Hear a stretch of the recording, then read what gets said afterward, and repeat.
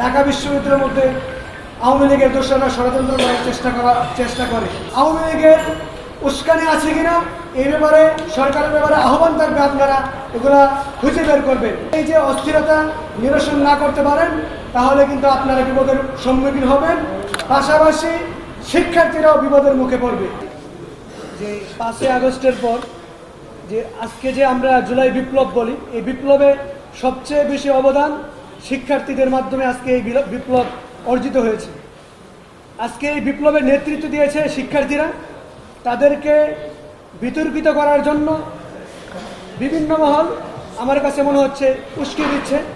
আমরা ইতিমধ্যেই দেখতে পাচ্ছি ঢাকা কলেজের মধ্যে, তারপর তিতুমির কলেজ সহ বিভিন্ন জায়গায় আন্দোলন হচ্ছে, সেখানে ছাত্রলীগের যারা নেতাকর্মী আছে তাদেরকে জড়িত থাকতে আমরা দেখতে পেয়েছি। বিশেষ করে খুবই উদ্বিগ্নের বিষয় হচ্ছে আজকে এবং গত কয়েকদিন ধরে সোহরাওয়ার্দী কলেজ এবং ডক্টর মাহবুবুর রহমান মোল্লা কলেজের মধ্যে যে একটা সংঘর্ষ চলছে, এই সংঘর্ষে আমরা ইতিমধ্যে সংবাদ মাধ্যমে জানতে পেরেছি কয়েকজন নিহতের দাবি করা হচ্ছে। কতটুকু সত্য সেটা আপনারা হয়তো ভালো জানেন, কিন্তু এতটুকু আমরা দেখতে পেয়েছি প্রকটভাবে হামলা করা হয়েছে, অনেক শিক্ষার্থী আহত হয়েছে, এতটুকু নিশ্চিত। আমরা জুলাই বিপ্লবে সকল শিক্ষার্থী একত্রিত হয়ে শেখ হাসিনাকে বাংলাদেশ থেকে বিতাড়িত করেছি। এখন শেখ হাসিনার উদ্দেশ্য হচ্ছে কিভাবে আমরা যে একত্রিত আছি আমাদের মধ্যে বিভাজন তৈরি করে। আমাদের মধ্যে যদি বিভাজন তৈরি করতে পারে শেখ হাসিনা, তার প্রতি মানুষের সিম্পিটি তৈরি হবে, শিক্ষার্থীদের প্রতি মানুষের আক্রোশ তৈরি হবে। শিক্ষার্থীদের উচিত হচ্ছে আমরা যে বিগত দিনে একত্রিত থেকে শেখ হাসিনাকে বিতাড়িত করেছি, ফ্যাসিস্ট যারা তার দোষর ছিল তাদেরকেও আমরা বাংলাদেশ থেকে বিতাড়িত করেছি। যদি শিক্ষার্থীরা বাংলাদেশের জনমানুষের সরকার গঠন করতে হয়, শিক্ষার্থীদের একত্রিত থাকা ছাড়া কোনো উপায় নাই। সকল ছাত্র সংগঠনকে একত্রিত থাকতে হবে এবং যারা জুলাই বিপ্লবে নেতৃত্ব দিয়েছে সকল ছাত্র সংগঠন সহ বৈষম্য বিরোধী আন্দোলন সহ সকলকে একত্রিত থেকে আগামী দিনের বাংলাদেশকে পুনর্গঠন করতে হবে। শিক্ষার্থীদের মধ্যে কোনো রকম বিভাজন তৈরি করা যাবে না।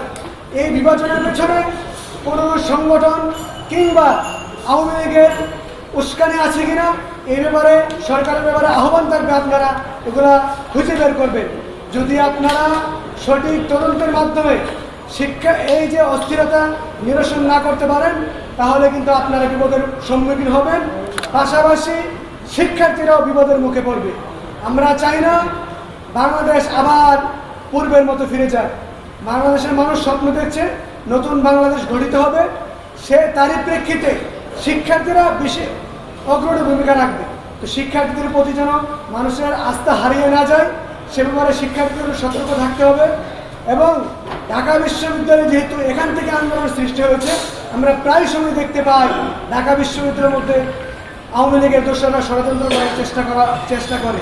গত রাত্রে আমরা দেখেছি এবং সকালবেলা বাস ভর্তি বিভিন্ন জেলা থেকে এখানে মানুষ এসে আন্দোলন করে অস্থিরতা করার চেষ্টা করেছে। এখানে আমি বিশ্ববিদ্যালয়ের প্রশাসনের প্রতি বিশেষ দৃষ্টি আকর্ষণ করছি। আপনাদের দায়িত্ব হচ্ছে শিক্ষার্থীদের নিরাপত্তা দেওয়া এবং এক ক্যাম্পাসে কোনো যেন উস্কানিমূলক কিছু না হইতে পারে আপনাদের অবস্থান রাখা। কিন্তু দুঃখের সহিত বলতে হয় আপনারা জানেন না ক্যাম্পাসে কি হয়। আমরা দু একজন প্রক্টরকে দেখতে পাই।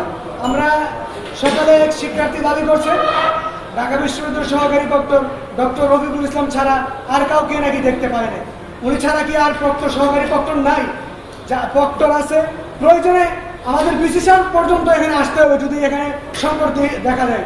বিসি স্যার সহ প্রশাসনে অনেকে দায়িত্ব পালন করে। আপনাদের উচিত হচ্ছে ক্যাম্পাসে যেন কোনো রকম উস্কানিমূলক কার্যক্রমে কেউ কার্যক্রম না করতে পারে, সেখানে আপনারা অগ্রণী ভূমিকা রাখবেন।